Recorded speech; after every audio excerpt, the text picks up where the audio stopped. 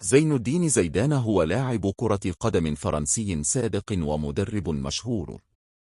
ولد في 23 يونيو 1972 في مارسيليا، فرنسا. يعتبر زيدان واحدا من أفضل اللاعبين في تاريخ كرة القدم. خلال مسيرته كلاعب، اشتهر بمهاراته الاستثنائية، رؤيته الاستراتيجية، وقيادته في الملعب. بدأ زيدان مسيرته الاحترافية في نادي كان الفرنسي، ثم انتقل إلى بوردو، حيث تألق بشكل لافت. بعد ذلك، انتقل إلى يوفنتوس الإيطالي، حيث فاز بالعديد من البطولات.